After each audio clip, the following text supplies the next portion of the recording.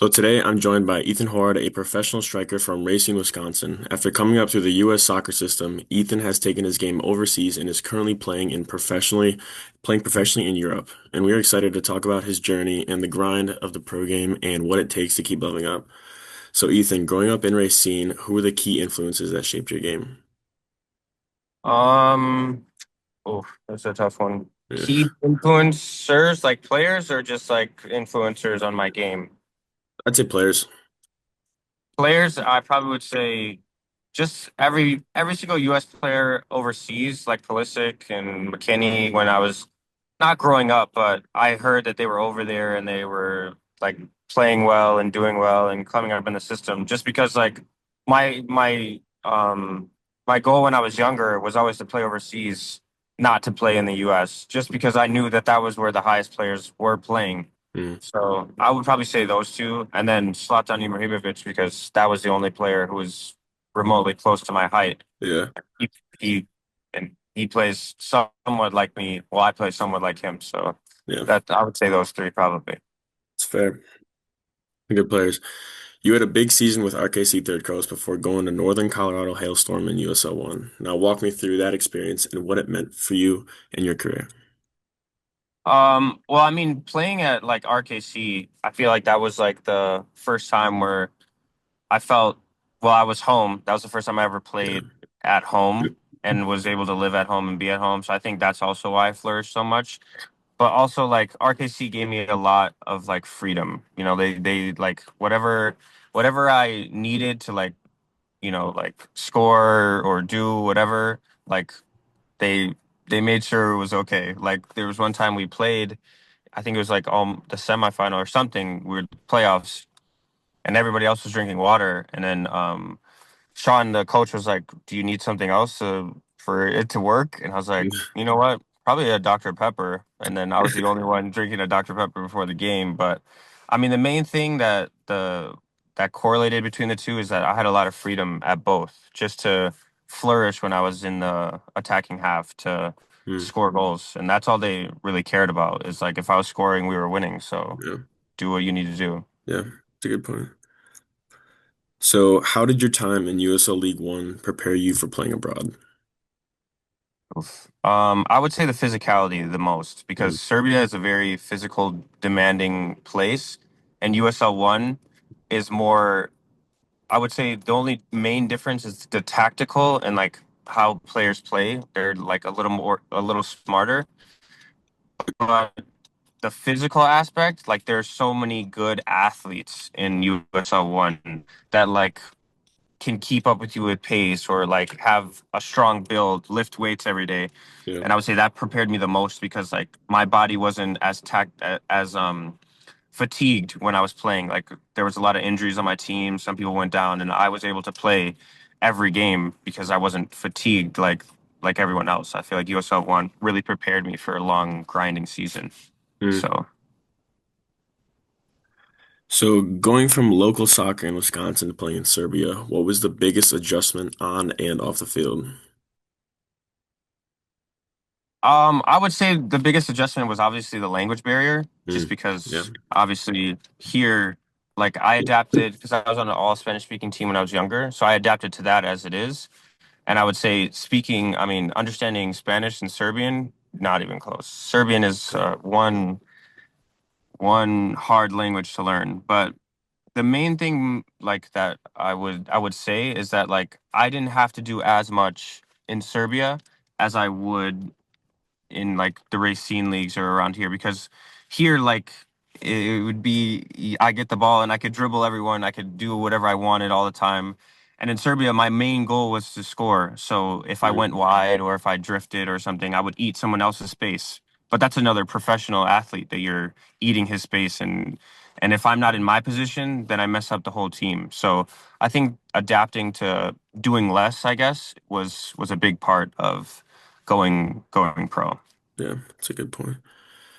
And what was the toughest challenge in that transition, and how did you handle it?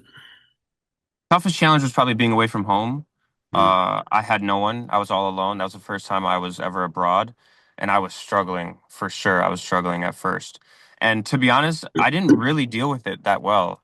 But the main thing that helped me was coming back home. When I came back home and I realized how much Serbia and being away from home helped me because I wasn't in an everyday environment. I wasn't speaking English all the time. I was on my own a lot. It helped me be alone. Like, I was okay with being alone and having my own time and finding things to do. But I would say the main thing that helped me was coming back home and seeing the people that I love and that's how I really dealt with it, if you would say I dealt with it. So On your team, is majority of them Serbian, or are they just from all over the place? 90% are Serbian. Okay. I would say 7%, no, 8% is African. And then it's just me and then my one of my best friends was on the team as well. That was the only other person who really spoke good English. Yeah. So I mean, I have Serbian teammates too, and it's like they speak, and it's like, what are you saying? Like, it's yeah, hard to that's like about you it. cannot understand. So, how would you describe your playing style to someone who hasn't seen it, hasn't seen you Oof. play? I would say I'm I'm a striker, not like many. Mm, I score a lot of goals and I play a striker role, but I think I have feet, good feet for someone who's my height. yeah. It's that's what I've been told. I'm Mm, not saying that's what I think, but mainly what I've been told is that I just move different than most people my height. I don't yeah. I don't look like I'm 6'5". I look like I'm 6 foot and I can move and I'm agile. But I would say that's something to look out for. Like my highlights aren't just me running and scoring and blah blah blah. Like I have dribble highlights, Mm, not like normal strikers. So I would say that's the difference, or that's how I would say if you haven't seen me play. yeah. So, how do you prepare for each game, and what's your mindset approaching big matches? Hmm. Um, I mean, I treat every game the same just because the my mental needs to be at the same place. So like I treat every game like it's the same, whether I'm playing in a league here, like at home, or I'm playing against the number one team in Serbia. Like it, Mm, it, it doesn't matter just because if my goal is to win the game, my mindset should be the same. But when I play big games, it's obviously like it's hard not to have the chitters or have something, yeah, like. yeah. But the way that I calm down is I usually call my family before, and they don't really. I don't think they know how much like they help me, but it's just like it calms me down because they've watched me my whole life and they've seen me grow or whatever. But to them, it's just another game, and it helps me and it makes me realize that it really just is another game. Mm. Like I'm It's doing a, the same thing that I did yesterday, or the day before, or last month, or last year. So stuff really doesn't change. It's mm. just that the mindset does. So. Yeah, you said you call your parents. Is there any other pregame rituals you have that you do before any game? Yeah, I play a few games of Clash Royale. I gotta admit, absolutely. Yeah. That's my probably number one thing. I always play Clash Royale. Just gets my mind going, gets me off the game. I don't Mm. really when I'm playing Clash Royale, if you've played, everyone Yeah. knows that you really only focus on Clash Royale. You got to So be locked in, yeah. exactly. So it helps me focus on other things in the game, and then right when the we start warm up, then I can really hone in on the game. Yeah. So, do you watch analytics or stats on yourself? If so, what metric do you care about the most?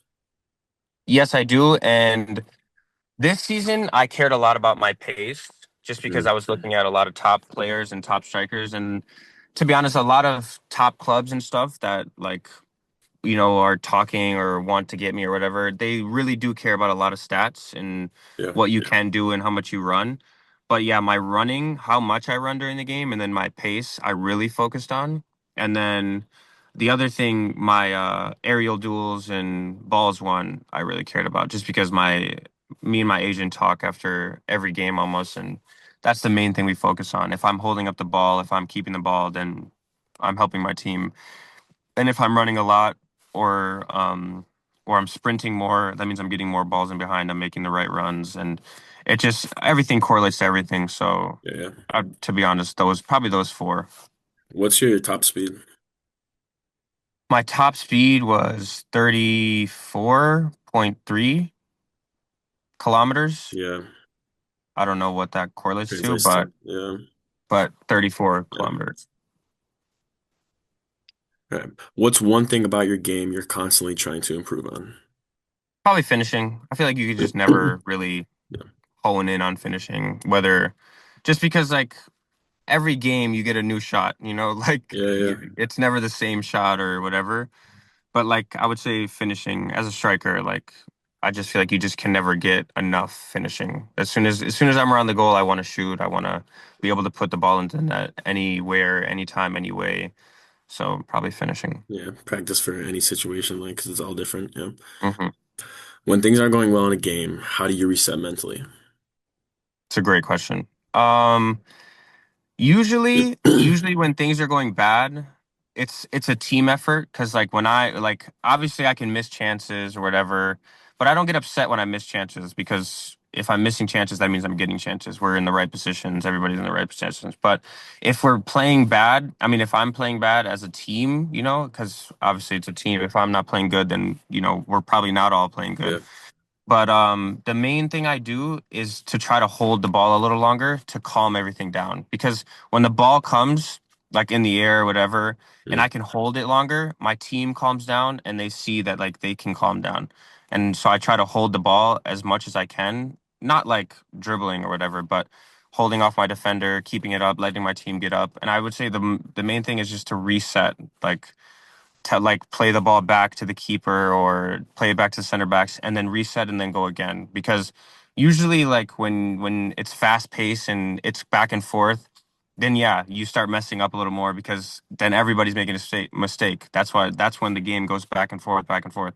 But usually when you calm down and then settle down and then keep possession, that's when you really can go back to what you were doing and actually focus on what you need to. yeah. That's a good point. So, Instagram shows teammates and travel. How do you balance life and soccer, and especially being abroad in Serbia? Um, I would say it's a hassle for sure, just because I am so far away Mm. from everyone I love and everyone I even know. But I will say the Serbian culture and the people there, they really accepted me. I gotta say, like if it wasn't for them, I think I would have struggled a lot more. But the people, the club, and everything that I was a part of was just great. Like they helped me through everything, got me whatever I needed, and just overall were just friends and there for me. And I think the main thing that I balance is that I just am always in contact with people from back home, whether it's old teammates, friends, family. I'm always calling or texting or making sure, or people are always checking up on me, especially my old teammates, and that really helps balance it all between playing and socializing. Just because at the end of the day, I mean, it is a job, but also like mental health is a key thing to being successful in this sport. Yeah, So, no, for sure. And what keeps you motivated on tough days? probably my family the most.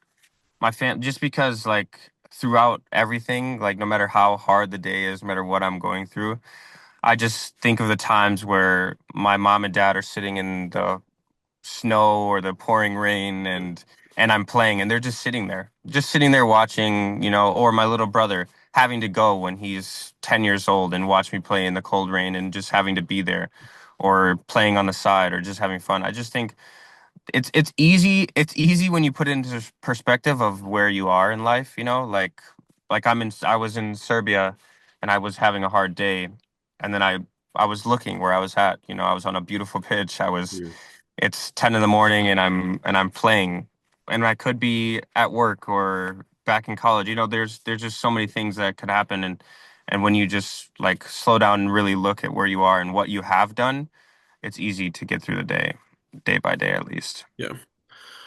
What's a stereotype about professional soccer players that people get wrong? That it's easy, that all you do is work out and go and play. I think that's the biggest stereotype just because I get I get working. I wouldn't want to work either. I get it, absolutely. But Yeah, I think the mental strain is the main part that a lot of people don't understand because like when someone doesn't want to work, and you go and you have to go to work. But like imagine not wanting to work out or not wanting to do something and you have to. But not only that, it's performance based. So let's say you're having a bad week, having a bad day or whatever, and you don't want to train. But either you do or someone else takes your spot. And then if someone else takes your spot, you're not playing, then you don't even have a job. Then you're out of work, then you have to find a new team. Then you have to go somewhere else. And then not only that, through all of that, you have to be in a good mood or you have to keep the right mentality to keep going, to not give up. Yeah. I feel like the easy part of being a pro, I think is not I don't think people think it's easy, but I think it's interpreted of how much mental focus you have to be a top um to be a top oh hold on to be a top player in whatever you're doing. I think that's the main thing that a lot of people get wrong or because like even money, I think that's another thing. Like even if you're getting paid whatever and I'm in Serbia, no matter how much money I was getting paid, or if I am getting paid, I'm still by myself, you know? Like Yeah. I have nobody to share it with. My family's not there. I can't do anything. I'm in season. Like it's just a hard thing to get. Like, is it worth it? You know, like Yeah, for sure. because if you were working a regular job, you could be wherever you want. You could go get a job there, to go to a job there. But in football and soccer, you don't really get to choose where you want to go unless you're, I mean, one of the top players in the world and you have clubs wanting you. But mainly, it's whoever wants you. That's where you have to go. Mm, So yeah. yeah. So looking ahead, where do you see yourself in about 2 to 3 years? Maybe another league move or back to the US? Oh. 2 to 3 years. Well, actually, well, I'll just announce it now since it's already signed. But I'm going to a different club in Serbia. I'm going to back to first division. Okay. And signing with a better team, OFK Belgrade. They're in eighth or ninth place right now. So, and they're not far behind.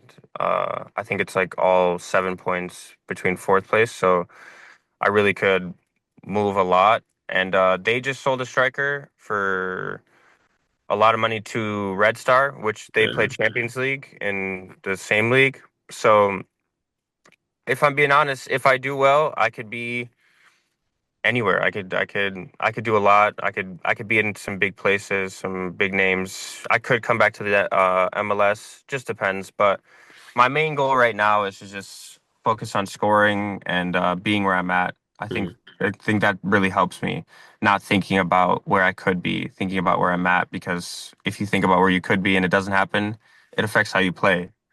I mean, going back to mental, but mm, it's just all about what you can control, and what I can control now is going back to Serbia and scoring, and then moving. So yeah. What's one goal you have that you haven't told many people? one goal, one goal that I haven't told many people is probably that I just want to score in the Champions League, Mm, no matter what. I just want to be able to say that I've scored in the Champions League because one, not many people even play in the Champions League, but not a lot of many people score in the yeah, Champions let alone League. So, score, yeah. so I would say that's probably one goal I've probably never told anyone. I mean, but I would say that's a big goal of mine. That'd be that'd be sick. If you could give one piece of advice to a Third Coast player dreaming of Europe, what would it be? I would say not everyone's gonna like you. I was told there was a time I was watching RKC play, and I was sitting there, and they were like, there was two coaches or someone up there watching the game with me, and they were like, "Oh, you're Ethan." I was like, "Yeah," and he was like, "I remember watching you when you were in club." He's like, "I always thought you were gonna go D1, but my colleague didn't. And then when you were in college, I thought you were gonna go pro, and my colleague still didn't." And just that alone, just it. Not everyone's gonna like you, Yeah. but also could be someone who loves you to death, loves the way you play, loves the way you are. And I would say the same. The thing that I learned the most about football is that who you know and what you can do in front of those people really matter. You know, if you have someone who can vouch for you, if you know someone or whatever, it's easier to get in the door because I'm not going to say that I'm head over heels better than any striker that even RKC has, but it's just that some people like the way I play and some people don't. Yeah. And so I would say never just stop from what the first person says, no matter who they are, whether it's a scout, whether it's the best player in the world. It doesn't matter. It doesn't matter what they think. It doesn't matter what you even do from that advice. It just matters that you just stay consistent, you know, that you show up, that you go to those places, that you try at these tryouts, that you go to whatever. Like I was a trialist, you know, at RKC, I mean at Northern Colorado Hailstorm. I was a trialist, and now I'm upwards of 500,000 on the transfer market. Yeah. Like you know, it doesn't matter as long as you show up because especially like the route you take, everyone takes a different route. Everyone. And I'm a prime example. Like it's not like I played at like Chicago Fire, an MLS Academy or something like that, but I'm still where I'm at, you know? I didn't get drafted, but I'm still where I'm at. And I think that's the main point. Like, just because you don't do something or do something like somebody else, it doesn't matter. You can still get to the where you want to get to. Yeah. It's a good point.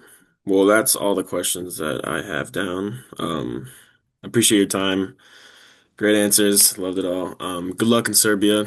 You go back tomorrow, right? Yep, I do. Well, Thanks for reminding me. I gotta pack.